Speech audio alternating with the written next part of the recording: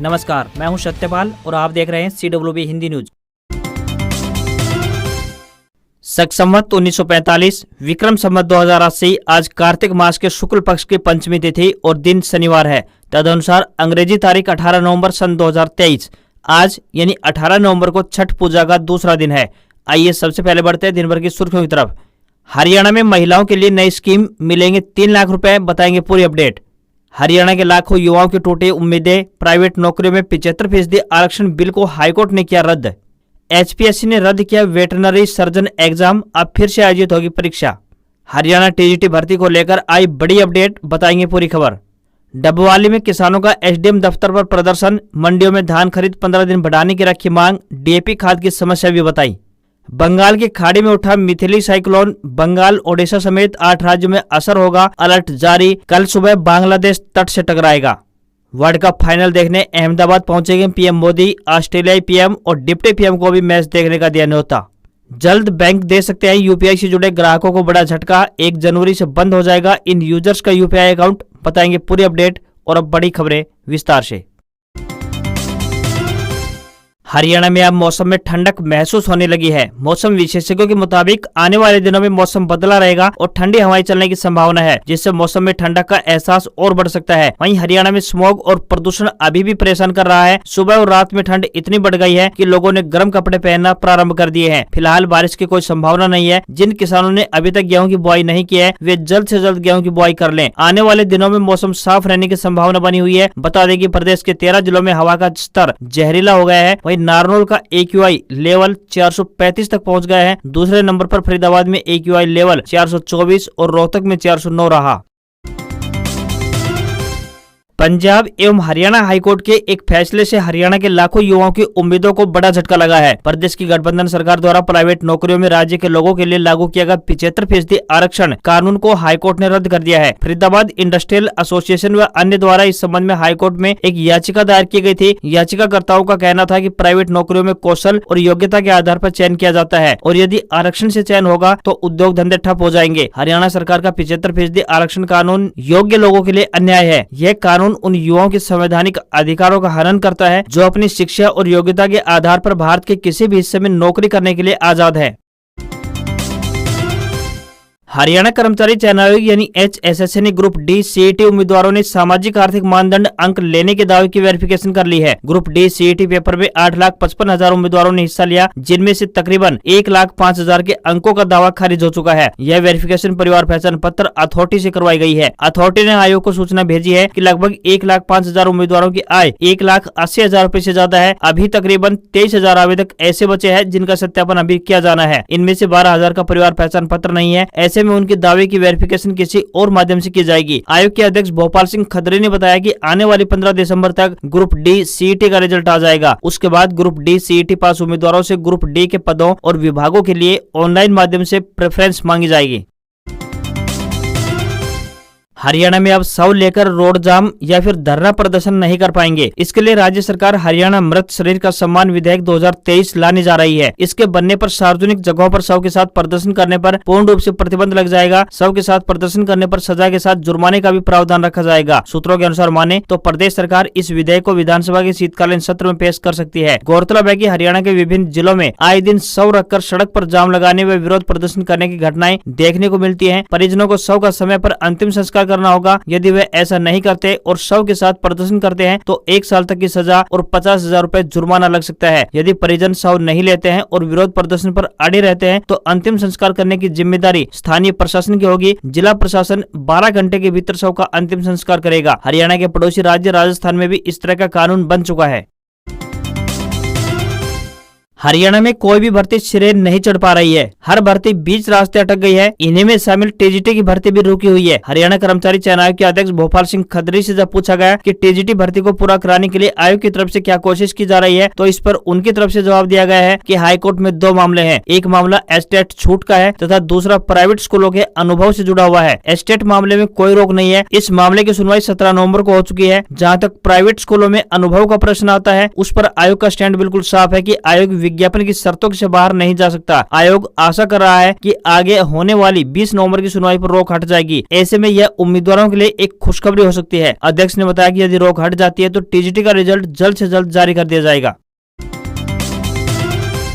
सरकार ने महिलाओं को आत्मनिर्भर एवं आर्थिक रूप से सशक्त बनाने के लिए हरियाणा महिला विकास निगम के माध्यम से हरियाणा मातृशक्ति उद्यमिता योजना शुरू की है। इस योजना के तहत महिलाओं को अपने स्वयं के उद्यम स्थापित करने के लिए वित्तीय सहायता प्रदान की जाती है। इस योजना के तहत ग्रामीण व शहरी क्षेत्रों से हरियाणा की स्थायी निवासी महिलाओं या फिर लड़कियों को बैंकों के माध्यम से 3 लाख रुपए तक का ऋण दिलवाया जाता है। ऋण लेने वाली महिला की वार्षिक आय 5 लाख रुपए से अधिक नहीं होनी चाहिए और उसकी आयु 18 वर्ष से लेकर 60 वर्ष के बीच होनी चाहिए। ऋण लेने वाली महिला को समय पर किस्तों का भुगतान करने पर 3 सालों तक 7% ब्याज अनुदान राशि निगम द्वारा दी जाती है। इस योजना के तहत महिलाओं को विभिन्न क्रियाकलापों जैसे कि ऑटो रिक्शा, छोटा सामान ढोने के लिए वाहन, 3 wheeler, taxi, salon, beauty parlour, tailoring, boutique, photocopy की दुकान, पापड़ बनाना, अचार बनाना, हलवाई की दुकान, फूड स्टॉल, आइसक्रीम बनाने की यूनिट, बिस्कुट बनाना, हैंडलूम बैग बनाना, कैंटीन सर्विस इत्यादि के लिए ऋण प्रदान किया जाता है। इस योजना के लिए आवेदन करने के लिए महिलाओं को हरियाणा महिला विकास निगम की वेबसाइट पर जाकर आवेदन पत्र भरना होगा।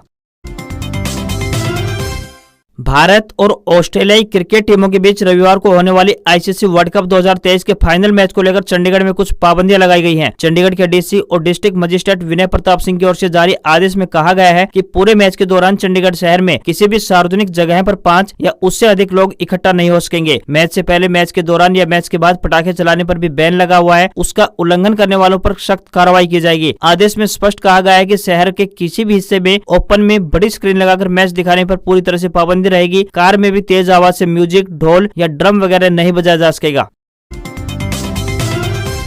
हरियाणा के सिरसा के खंड डबवाली के किसानों ने धान की खरीद दोबारा से शुरू करने, पराली की समस्या व डीएपी खाद की कालाबाजारी को लेकर शुक्रवार को एसडीएम कार्यालय पर प्रदर्शन किया और मांग पत्र सौंपा गया। इस दौरान किसानों के विभिन्न समस्याओं को लेकर आवाज उठाई गई। धान की खरीद को 15 दिन तक और बढ़ाने के लिए मांग पत्र सौंपा गया है, क्योंकि अभी 40% धान किसानों के खेतों में खड़ा हुआ है, तो वहीं कई किसानों ने धान में नमी होने के चलते घरों में भंडारण किया हुआ है। पराली की समस्या को लेकर किसान काफी जद्दोजहद में है, क्योंकि किसानों के पास पराली को व्यवस्थित करने के लिए भी सरकार के द्वारा किसी भी प्रकार की कोई स्थायी सुविधा उपलब्ध नहीं करवाई गई है। वहीं किसानों को आश्वस्त करते हुए अधिकारियों ने कहा है कि उनकी मांगों को उच्च अधिकारियों के संज्ञान में देकर समाधान करवाने का भरसक प्रयास करवाया जाएगा।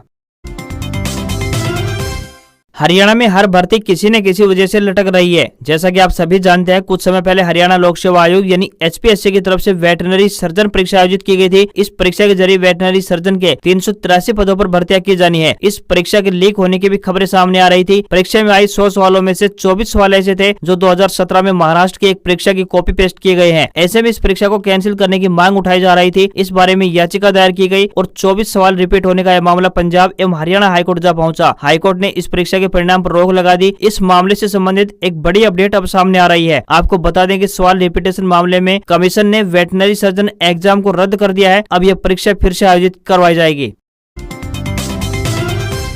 इंटरनेशनल क्रिकेट काउंसिल यानी आईसीसी ने one day world cup 2023 final match के लिए पिछले सभी वर्ल्ड कप 1975 से 2019 तक चैंपियन कप्तानों को न्योता भेजा है। पड़ोसी देश पाकिस्तान को 1992 में वर्ल्ड कप जिताने वाले इमरान खान तो जेल में है, ऐसे में उनका आना नामुमकिन है। अब देखना है कि 1996 में श्रीलंका को चैंपियन बनाने वाले कप्तान अर्जुन रणतुंगा आएंगे या फिर नहीं, क्योंकि रणतुंगा कई बार भारतीय बोर्ड पर आरोप लगा चुके हैं कि वह दुनिया भर के क्रिकेट संघों पर दबदबा बनाए रखना चाहता है। वनडे वर्ल्ड कप 2023 का फाइनल मुकाबला यानी 19 नवंबर को अहमदाबाद के नरेंद्र मोदी स्टेडियम में खेला जाएगा। खिताबी मुकाबला मेजबान भारत और 5वीं बार की वर्ल्ड चैंपियन ऑस्ट्रेलिया के बीच खेला जाएगा। आपको बता दें कि अभी तक 3 ही एशियाई टीमें वनडे वर्ल्ड कप जीत चुकी हैं। भारत 2 बार, पाकिस्तान और श्रीलंका एक बार चैंपियन बनी है। यह टूर्नामेंट का 13वां एडिशन है। यदि आप भी फोन पे और गूगल पे जैसी थर्ड पार्टी एप्स का इस्तेमाल कर रहे हैं तो आज की यह खबर आपके लिए अहम होने वाली है। एनपीसीआई की तरफ से यूपीआई को लेकर बड़े निर्देश जारी किए गए हैं। इन निर्देशों के अनुसार माने तो बैंकों से कहा गया है कि ऐसी यूपीआई आईडी को बंद कर दिया जाए जिसने पिछले 1 साल से किसी भी प्रकार का कोई भी लेन देन न किया हो। इस संबंध में एनपीसीआई की तरफ से अब यूजर्स को मैसेज या फिर ईमेल के जरिए सूचना भी भेजी जा रही है। यूपीआई आईडी को बंद करने के लिए 31 दिसंबर 2023 तक का समय बैंकों को दिया गया है। आईसीसी वर्ल्ड कप 2023 का फाइनल मैच 19 नवंबर यानी कल भारत और ऑस्ट्रेलिया के बीच अहमदाबाद में होने वाला है। मीडिया रिपोर्ट्स के मुताबिक प्रधानमंत्री श्री नरेंद्र मोदी भारत बनाम ऑस्ट्रेलिया का फाइनल मैच देखेंगे। ऑस्ट्रेलिया के प्रधानमंत्री भी इस फाइनल मैच को देखने आ सकते हैं। हालांकि अभी तक ऑस्ट्रेलियाई पीएम को लेकर कोई आधिकारिक पुष्टि नहीं हुई है। मीडिया रिपोर्ट्स के मुताबिक भारत सरकार ने ऑस्ट्रेलिया के प्रधानमंत्री एंथनी और डिप्टी पीएम को भी न्योता भेजा है और माना जा रहा है कि ये दोनों मैच देखने के लिए अहमदाबाद आएंगे। इसके अलावा केंद्रीय गृह मंत्री अमित शाह भी इस दौरान स्टेडियम में मौजूद रहेंगे। भारतीय टीम के पूर्व कप्तान MS धोनी और कपिल देव भी मैच देखने आ सकते हैं। मैच शुरू होने से ठीक पहले भारतीय वायुसेना अहमदाबाद के आसमान में लड़ाकू विमानों से करतब दिखाएगी और क्रिकेट प्रेमियों का मनोरंजन करते हुए दिखाई देगी। टीम इंडिया लगातार 10 मैच जीतकर फाइनल में पहुंच गई है, तो वहीं ऑस्ट्रेलिया ने भी पिछले 8 मैच लगातार जीतकर फाइनल में जगह बना ली है। यह मैच काफी दिलचस्प रहने वाला है। आज हमें हरियाणा की कुछ मंडियों के ताजा भाव प्राप्त हुए हैं, जो कि इस प्रकार से हैं। सिवानी मंडी में ग्वार लोकल का भाव 5670 रुपए, चना 6200 रुपए, मूंग 7900 रुपए प्रति क्विंटल, मोठ का भाव 6500 रुपए, सरसों 34 लैब का भाव 4900, सरसों 36 लैब का भाव 5075 और 40 लैब सरसों का भाव 5575 रुपए प्रति क्विंटल रहा। सिवानी मंडी में गेहूं का भाव 2625 रुपए, बाजरा 2200 रुपए, तारा मेरा 5400 रुपए और जौ का भाव 1900 रुपए प्रति क्विंटल तक का रहा। वहीं भट्टू मंडी की बात करें तो नरमा का भाव 6960 रुपए प्रति क्विंटल, कपास का भाव 7765 रुपए, ग्वार का भाव 5483 रुपए, सरसों का भाव 5316 रुपए, बाजरे का भाव 21 रुपए प्रति क्विंटल रहा। वहीं इलाहाबाद अनाज मंडी में बात करें तो नरमा का भाव न्यूनतम 6300 और अधिकतम 7145 रुपए प्रति क्विंटल रहा। मूंगफली का भाव 5500 रुपए, कपास का भाव 7900 रुपए, चना का रेट 5800 रुपए प्रति क्विंटल रहा। गेहूं का भाव 2300 व अधिकतम 2613 रुपए प्रति क्विंटल रहा। मूंग का भाव न्यूनतम 5800 व अधिकतम 6500 रुपए, बाजरे का भाव 2140 रुपए, जौ का भाव 1700 रुपए प्रति क्विंटल व ग्वार का भाव 5500 रुपए प्रति क्विंटल रहा। सरसों का भाव की बात करें तो 5218 रुपए प्रति क्विंटल दर्ज किया गया। वहीं सिरसा अनाज मंडी में भाव की बात करें तो नरमा का भाव 6500 से 7270 रुपए, कपास देसी का भाव 7800 से 7896 रुपए, ग्वार का भाव 5685 रुपए प्रति क्विंटल, धान 1509 का भाव 3200 से 3525 रुपए प्रति क्विंटल, धान 1847 का भाव 2800 से 3169 रुपए प्रति क्विंटल, धान PB1 का भाव 3500 से 4010 रुपए प्रति क्विंटल तक बिका। वहीं फतेहाबाद अनाज मंडी की बात करें तो कपास का भाव फतेहाबाद में 7900 रुपए, नरमा का भाव 7150 रुपए, धान 1509 का भाव 3620 रुपए प्रति क्विंटल रहा। आदमपुर मंडी के भाव की बात करें तो नरमा का भाव 6900 से 7159 रुपए, ग्वार का भाव 4850 से 5601 रुपए, सरसों का भाव 5000 से 5401 रुपए, बिनोला का भाव 3150 से 3325 रुपए और खल का भाव आदमपुर अनाज मंडी में 2950 से लेकर 3050 रुपए प्रति क्विंटल रहा। हफ्ते के आखिरी कारोबारी दिन भारतीय शेयर बाजार में गिरावट देखने को मिली। सेंसेक्स 187 अंक की गिरावट के साथ 65,794 के स्तर पर बंद हुआ। वहीं निफ्टी में भी 33 अंकों की गिरावट देखने को मिली और यह 19,731 के स्तर पर बंद हुआ। वहीं सोने चांदी के दामों में तेजी देखने को मिली। सराफा बाजार में 24 कैरेट सोने के दाम 473 रुपए बढ़कर 60,978 रुपए प्रति 10 ग्राम के स्तर पर पहुंच गए हैं। चांदी भी 355 रुपए चढ़कर 73,210 रुपए प्रति किलोग्राम पर पहुंच गई है। आपको बता दें कि 1 नवंबर को सोने के दाम 60,896 रुपए थे, जो अब 60,978 रुपए प्रति 10 ग्राम के स्तर पर पहुंच गए हैं। वहीं चांदी की कीमत अब इस महीने 2,385 रुपए तक बढ़ चुकी है, जो अब 73,210 रुपए प्रति किलोग्राम के स्तर पर पहुंच गई है। आज खबरों में बस इतना ही। देखते रहिए आपका अपना हरियाणा का सबसे बेहतरीन news channel CWB Hindi news. नमस्कार।